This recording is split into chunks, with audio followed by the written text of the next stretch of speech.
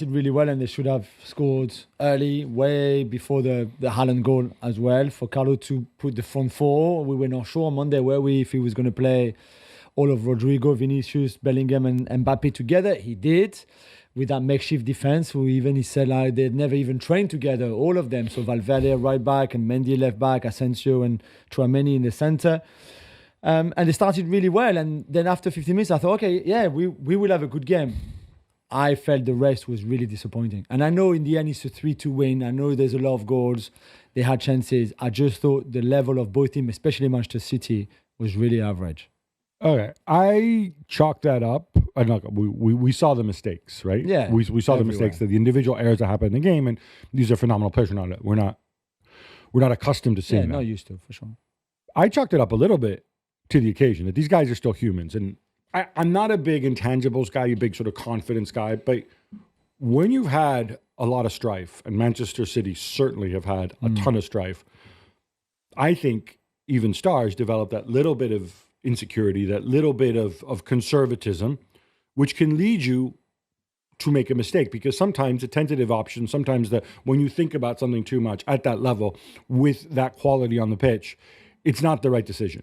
And I think the same thing can be said for Real Madrid, because they went out, they pressed the life out of them for the first 15 minutes and they look great, but it was obvious that they're not going to do that the whole game, right? Even though frankly they physically could, just mentally they can't. So I sort of chalked it up to that a little bit. But when I think back and I look at the number of chances, I think Real Madrid should have scored a lot more. Yeah. And even kind of that late comeback, this was not like the late comeback before with the 2 Rodrigo goals. This was definitely.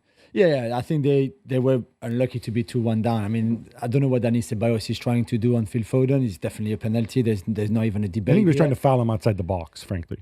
Yeah, but even don't do that at all, So I think they were unlucky to be 2-1 down.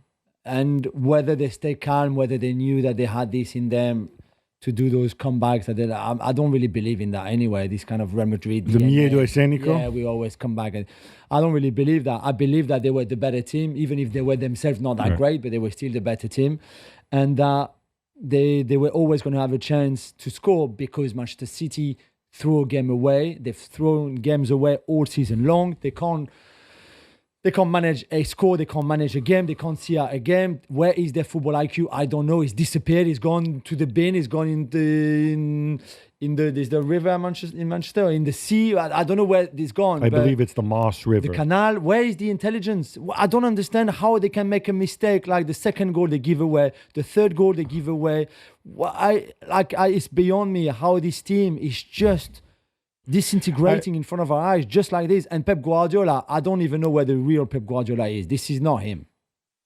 Wow, you're that harsh on him. He said, I'm not good enough. And yeah, we know you're not good enough anymore.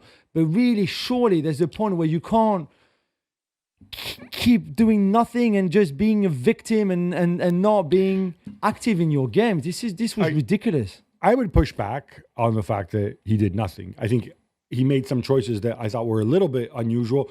Like, for example, leaving De Bruyne out there. I would have thought that, when he made the change, moving Stones sort of deeper again, I thought that was an odd change, but I thought he's trying to do things a little bit differently. So I think he is trying slightly different things, but they're clearly not working yet. Jules, the optics of this, right? 3-2, comeback win. If you were looking at this through, say, Pep-tinted glasses, you could say, all right, individual errors you can't legislate for. And this is not an analysis I agree with, right? Just to be very clear. Individual errors you cannot legislate for. We're in a bad period. We're playing the defending champions, and we concede a goal in injury time due to an individual error. Not great. But for most of the game, when we had the ball, for that period sort of in the middle of the game, when Real Madrid ran out of steam, we were in charge, and it just cost us at the end because we made individual mistakes. Now, this is not an analysis I agree with. But there are some people who say that. There are some people who say that and won't criticize Pep's choices in this game. But yeah, but it's not true.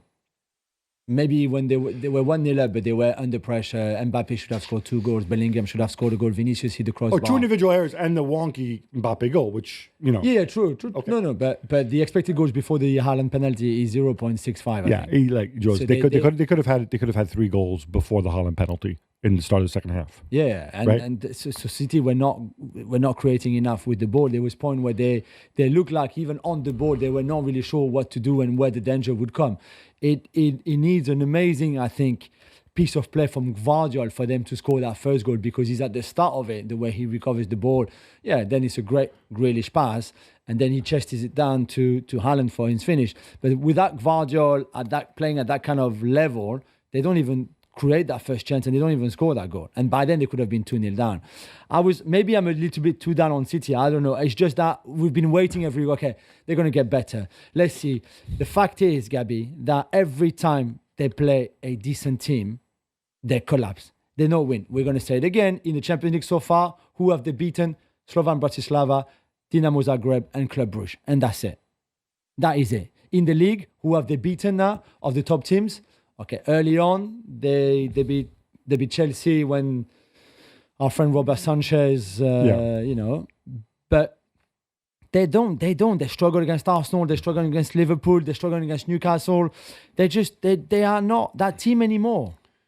So the question is, so they're a team in transition. This is where I struggle though when people say, well, it's a team in transition. Team in transition means that you have some old guys and some new guys who are in there, right? Thank you. Who were the new guys on Wednesday? That's a thing. Tuesday? I didn't see that. Exactly. What I saw is, let me try and salvage.